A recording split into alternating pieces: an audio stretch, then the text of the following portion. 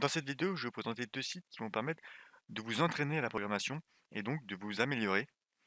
Donc ces 2 sites vont vous proposer des problèmes à résoudre en différents langages.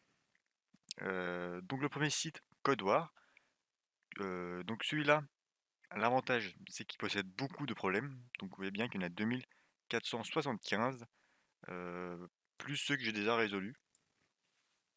Donc il doit y en avoir 2500 du coup. Voilà, donc c'est déjà c'est beaucoup de problèmes.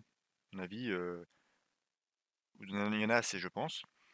Par contre, ils sont pas disponibles dans tous les langages. Chaque problème a une liste de langages différents.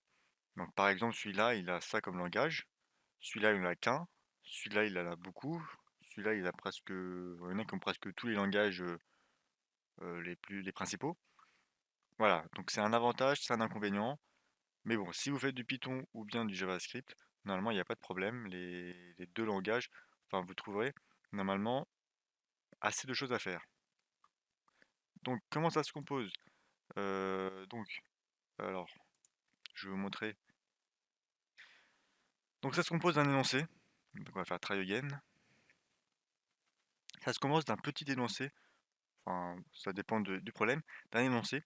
Alors par contre, le site est entièrement en anglais, celui-là. Donc il va falloir un minimum de niveau en anglais. Rien de extraordinaire, mais quand même. Après il y a des exemples. Normalement, ça vous suffit, des fois en tout cas, à comprendre l'énoncé. En l'occurrence là, vous comprenez l'énoncé tout de suite. Mais bon, c'est quand même mieux d'avoir un minimum de niveau en anglais.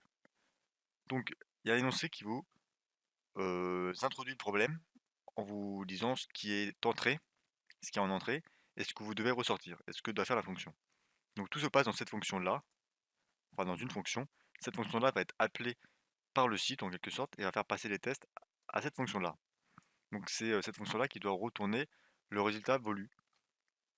Donc voilà, vous voyez bien que là il y a des tests, donc des exemples de tests donc ils appellent bien la fonction, ils mettent le test à tester et là c'est la valeur euh, qui doit être retournée. Donc en l'occurrence, la valeur doit être vraie là, et là, elle doit être fausse.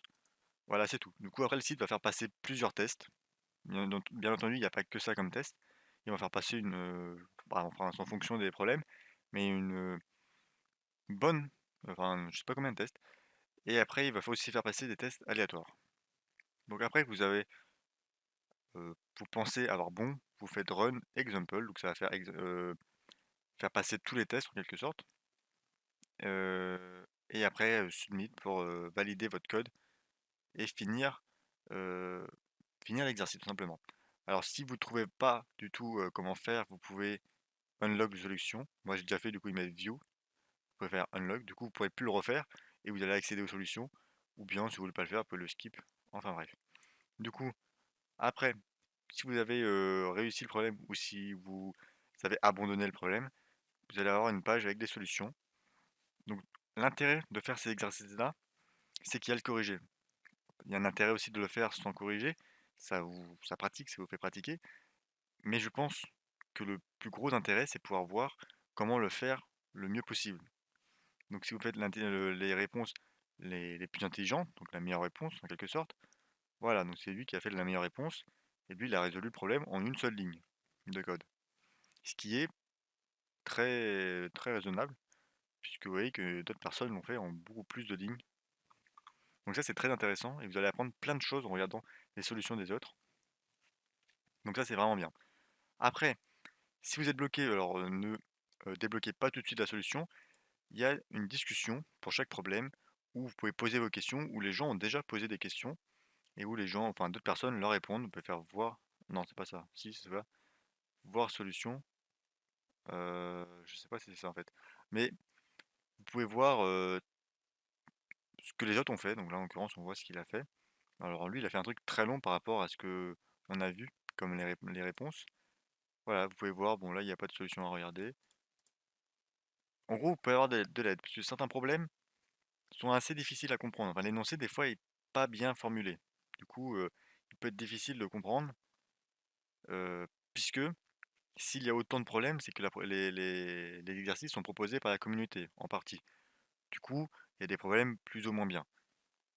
Donc c'est très intéressant d'avoir quand même un peu d'aide au cas où si l'énoncé est mal expliqué. et par expérience, je peux vous dire que ça arrive que l'énoncé soit mal formulé et assez difficile à comprendre.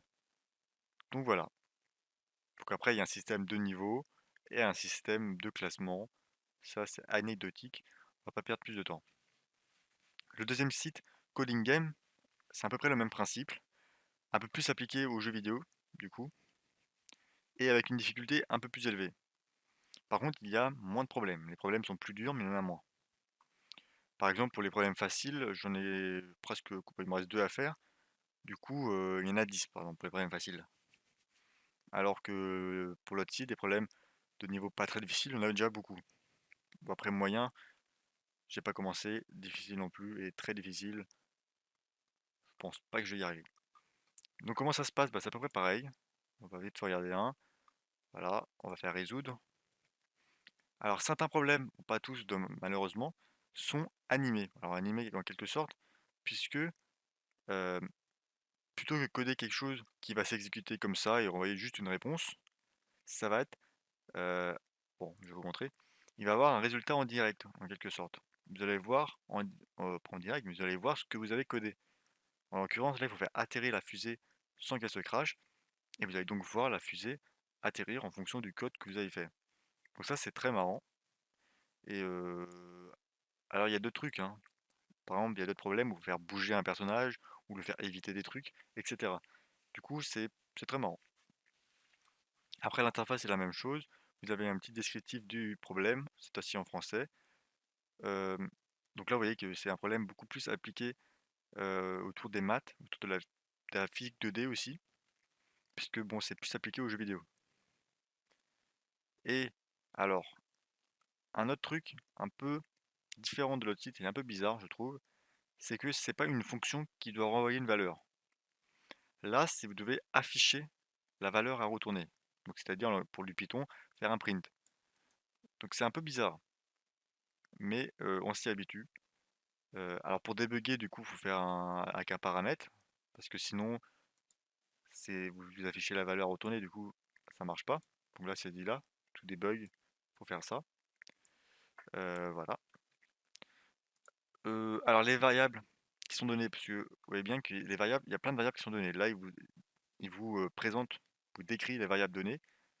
Donc il y en a pas mal pour ici, parce qu'il y a plein de paramètres à prendre en compte. Alors ces variables sont mis un peu à l'arrache, donc c'est un peu bizarre aussi. Par exemple, là, on a deux coordonnées, là, on a encore des coordonnées, deux vitesses, etc. Et tout ça, c'est donné, donc ça, faut pas toucher. Alors on sait pas trop d'où ça sort, puisque c'est un peu bizarre, puisque le code qui est exécuté, c'est pas réellement le code qui est ici. Donc c'est aussi un peu bizarre. Alors que pour ce site, le code que vous avez non, qui est affiché, c'est le code exact qui va être exécuté. Alors que là, non, il va pas être vraiment exécuté comme ça le code, en quelque sorte. Bref. Bon, c'est un peu bizarre, je me suis peut-être mal formulé, mais en gros, vous allez très vite comprendre. C'est un peu différent de l'autre site, mais quand on s'y habitue, c'est très bien. C'est très, très marrant. Alors pareil, bon, il y a une gestion, enfin, il y a des forums, vous pouvez aussi avoir des indices, j'ai jamais vraiment essayé. Indication. Ok, vous avez des petites aides, j'ai jamais essayé ça. Voilà, donc je vais sortir, oui. Pareil, vous pouvez noter le projet, etc. Donc, une autre, un autre truc en plus, c'est qu'il y a aussi des problèmes sponsorisés. Donc, c'est des problèmes qui sont proposés par des marques, dans le but donc de recruter, de faire du recrutement, puisque sinon il n'y a pas d'intérêt. Mais c'est des problèmes très durs. Rétro, ingénierie, euh, cryptologie, c'est des trucs assez de niveau assez élevé. Il suffit de voir le nombre de personnes qui l'ont réussi pour voir qu'il y en a 4500, 4900, 135 pour Winamax et 190 pour Nintendo. Donc il y a très peu de personnes qui réussissent le problème. Du coup, c'est des personnes très fortes. Voilà. Il y a aussi des compétitions. Donc une compétition qui se déroule, qui démarre un jour. On a vu, c'est celui qui fait le plus de problèmes, je pense. J'ai jamais essayé. Et des, euh, des Clash of Code, comme ils appellent ça. En gros, des batailles. Donc en gros, vous avez 5 minutes pour résoudre un problème. Et vous affrontez les personnes qu'il y a avec vous. Donc là, on avait vu qu'il y avait quand même, je crois que c'est 8 personnes maximum.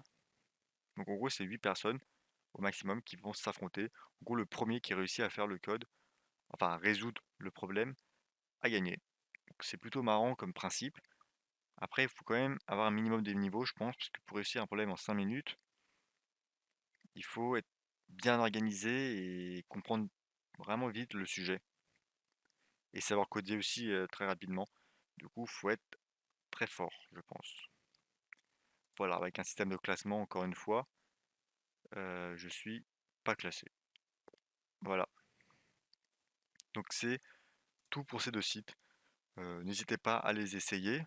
Bon, bien entendu, ils sont gratuits et c'est vraiment une bonne façon de progresser, notamment en algorithmique, puisque c'est des problèmes plutôt classiques. Enfin, surtout pour celui-là, c'est vraiment des problèmes classiques. Par exemple, pour, bah, justement les problèmes avec les parenthèses pour vérifier s'ils sont bien fermés, si voilà. Ça, c'est quelque chose de classique que vous pourrez, rencontrer, très souvent, bah, partout, dans la besoin, un peu partout.